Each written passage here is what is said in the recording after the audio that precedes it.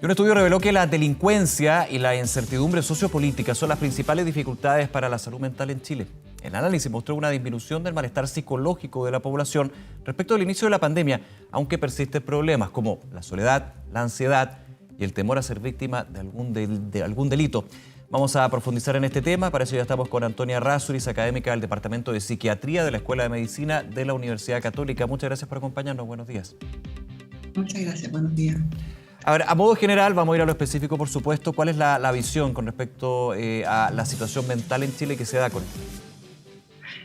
Bueno, como hemos visto a lo largo, este es un estudio de largo aliento, ¿cierto? Que partimos en julio del 2020 y hemos en reiteradas ocasiones hemos hecho un levantamiento acerca de la salud mental de los chilenos, y lo que vemos hoy día es que los indicadores de problemas generales de salud mental, de sospecha de problemas de salud mental, han ido disminuyendo en comparación con los puntos más álgidos de la pandemia, que fueron en los momentos aquellos en que la mayor cantidad de la población estuvo confinada en sus hogares.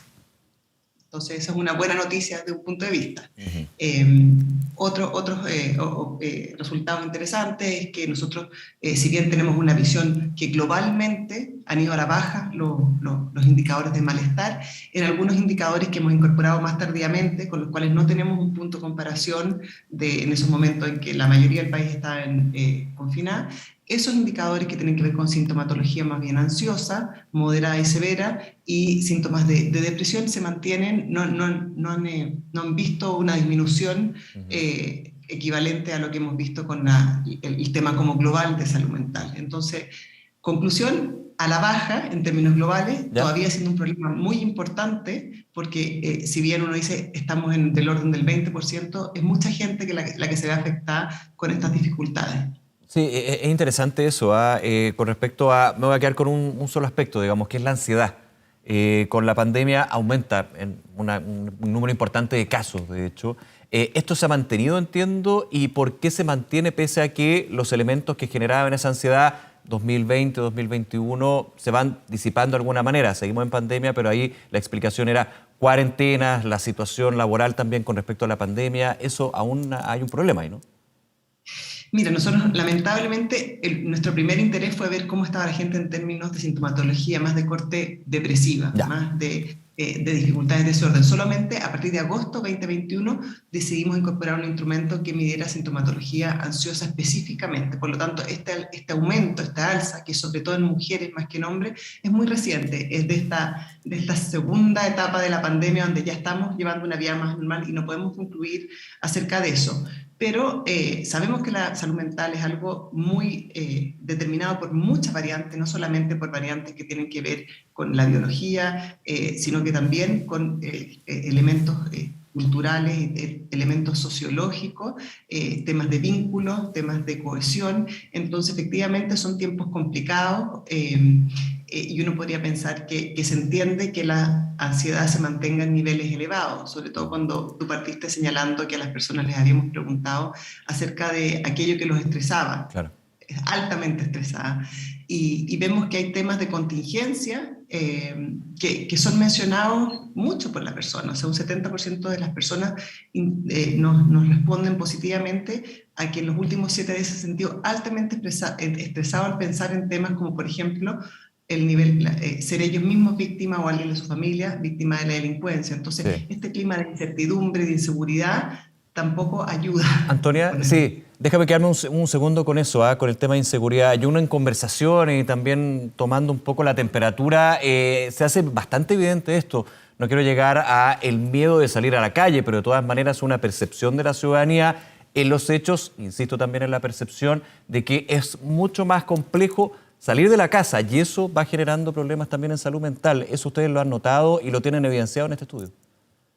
Mira, lo que es interesante es que, por ejemplo, el temor al contagio, que es algo que todos vivimos en la medida en que no había vacunación masiva, y en la medida que había menos información, ese temor al contagio era algo muy señalado por la población, ¿cierto? Sobre el 60% de las personas señalaban que era un tema que los estresaba diariamente, o los había estresado diariamente en los últimos 7 días. Ese temor al contagio, que era algo que hoy día está más manejado, hay menos incertidumbre relacionada con eso ha disminuido enormemente. Hoy día es del orden del 25% la cantidad, el porcentaje de la población que indica que eso le genera un grado de estrés. Sin embargo, hay temas que tienen que ver con la conducción política, con las proyecciones económicas, con la delincuencia, como dices tú, que se mantienen por sobre el 50%. Y eso son temas que tienen posibilidad de resolverse, por así decirlo. Entonces es interesante ver que algo que se resolvió, de alguna manera, con el sentido de control que todos tenemos ahora porque estamos vacunados, porque ya sabemos mucho mejor cómo se transmite el coronavirus y está más normalizado, también se ve reflejado en nuestros datos. Y allí hay una especie de reemplazo, podríamos decir, Antonia, en términos de que si antes la gran preocupación era contagiarse, ahora la gran preocupación es la inseguridad que se puede vivir en las calles, ¿o son temas completamente distintos? No, yo creo que esto por primera vez lo incluimos ahora porque, dado la situación país en que estamos, no lo habíamos considerado. El tema de la economía se viene arrastrando hace mucho rato porque la pandemia iba acompañado de un componente económico, el tema de la pérdida del empleo, eran temas muy asociados a el impacto del coronavirus, ¿cierto? El tema sociopolítico es como otro animal de otro zoológico, por así decirlo. Entonces, lo incorporamos esta vez, dada la contingencia, pero yo no creo que hay un tema de reemplazo. Yo creo es que las personas, esto es un listado de temas, y lo que sí se puede concluir adecuadamente es que el tema del contagio ya no genera el mismo nivel de preocupación en la población. Perdona, incertidumbre sociopolítica, mencionabas tú también que se nota en este malestar psicológico.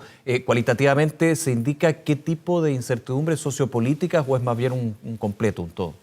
No, yo creo que la pregunta está formulada en términos de los cambios sociopolíticos que están ocurriendo en el país, más que sin un tema valórico, porque cada uno lo interpreta desde lo que para ellos significa eso, pero los cambios van acompañados de incertidumbre. Entonces la incertidumbre uno sabe que es un elemento que estresa. Ahora, hablábamos de ansiedad, pero también hay un tema bien relevante aquí, la soledad. Uno, en varias conversaciones que he tenido aquí en el canal con respecto a la situación psicológica, se da cuenta de que la soledad no es de ahora. No quiero decir que es de siempre, pero sí se viene arrastrando hace mucho tiempo en Chile en términos de una sociedad más individualista que finalmente también termina con estos grados de soledad. ¿Esto hay un aumento? ¿Cómo lo ven ustedes desde el estudio? Mira, es bien interesante desde el punto de vista de la investigación porque aquí lo que entendemos por soledad, ¿cierto? Es el sentimiento de sentirse aislado, de falta de pertenencia, excluido.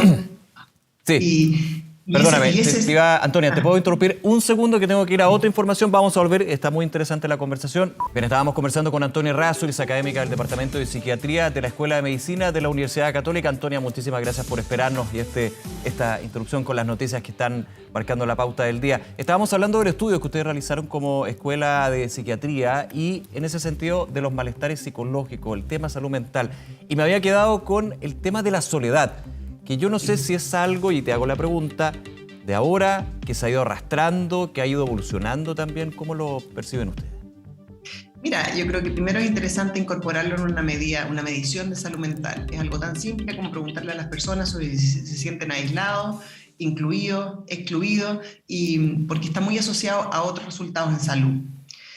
Lo que hemos visto nosotros es que se ha mantenido estable la medida, es del orden del 20%, que es un porcentaje importante, y que esto está más marcado y están más afectas a esto o a declararlo las mujeres que los hombres.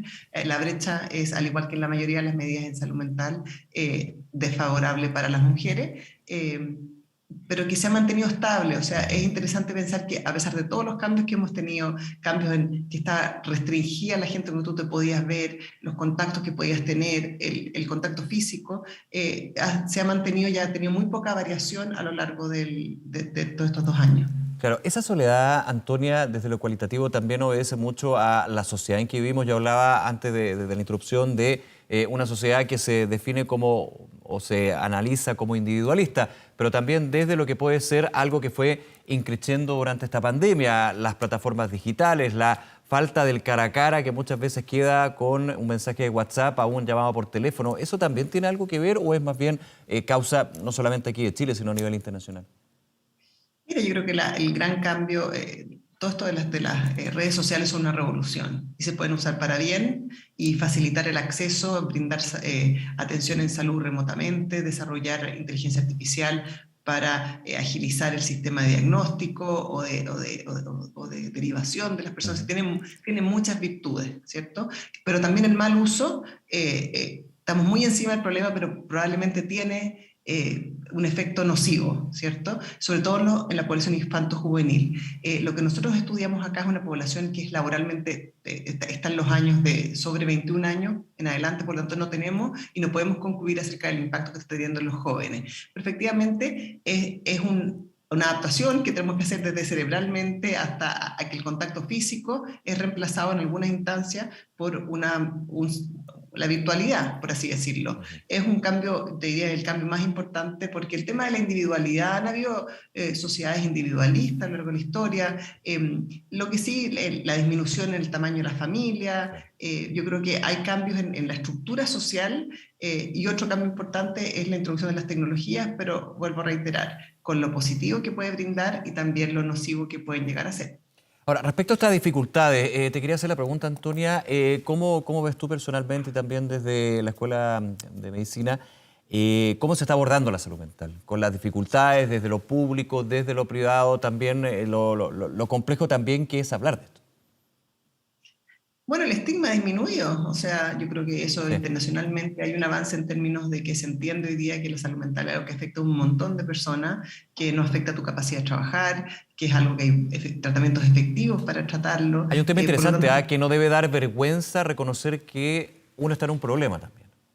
Exactamente, o sea, si es que efectivamente versus otras áreas de la medicina que tienen tratamientos mucho más eficaces, en salud mental hay cosas que se pueden hacer, hay intervenciones que van desde lo social, desde lo habitacional, desde los vínculos, que mejoran la calidad de vida de las personas. Por lo tanto, yo creo que el estigma es algo que ha ido desapareciendo, salvo en las enfermedades muy graves, que efectivamente hay un estigma asociado que se mantiene. Pero eso es positivo, lo cual hace que la gente tenga más facilidad para consultar. Hoy día los sectores psiquiátricos están integrados en la mayoría de los hospitales. Antiguamente estaban separados, entonces era geográficamente un espacio muy estigmatizado. Hoy día tuve que estar en el segundo piso pediatría, tercer piso psiquiatría. Entonces el estigma se ha disminuido, el acceso es más amplio, hay más especialistas, hay más conocimiento, hay más áreas de la medicina, de la psiquiatría que se han desarrollado, y subespecialidades como la psiquiatría de enlace. Entonces yo creo que es un camino positivo. Sin embargo, esto afecta a un montón de personas, tiene unas externalidades enormes, afecta la empleabilidad de las personas, afecta la mantención de las relaciones de pareja, es muy estresante en el sistema familiar, ¿cierto? Que una persona padezca una enfermedad psiquiátrica. Por lo tanto, y lo que también hemos visto, que en la medida en que los países se desarrollan y que crecen, empiezan a ocupar un lugar más importante dentro del ranking de problemáticas de salud, dado que hay temas más básicos que son resueltos, ¿cierto? Ahora, también hay un riesgo que uno va notando, y también los estudios, las cifras lo muestran, que es la automedicación con respecto a problemas de salud mental. También, ¿qué foco hay que poner ahí, en ese punto en particular? Mira, yo soy psicóloga, no soy farmacóloga, así que no sé el tema, no conozco el tema, y creo que está muy atravesado por el tema de la oferta, por la demanda, por el abastecimiento, por la informalidad, por los precios. O sea, yo creo que es más un tema de mercado el que hace que la gente, cómo la gente resuelve el tema de medicarse, ¿cierto? Claro. Vamos por ese lado. Bien, Antonia Errázuriz, académica del Departamento de Psiquiatría de la Escuela de Medicina de la Universidad Católica. Muchas gracias, Antonia, por esta conversación tan relevante sobre salud mental. Gracias a ustedes. Que esté muy bien, buen día.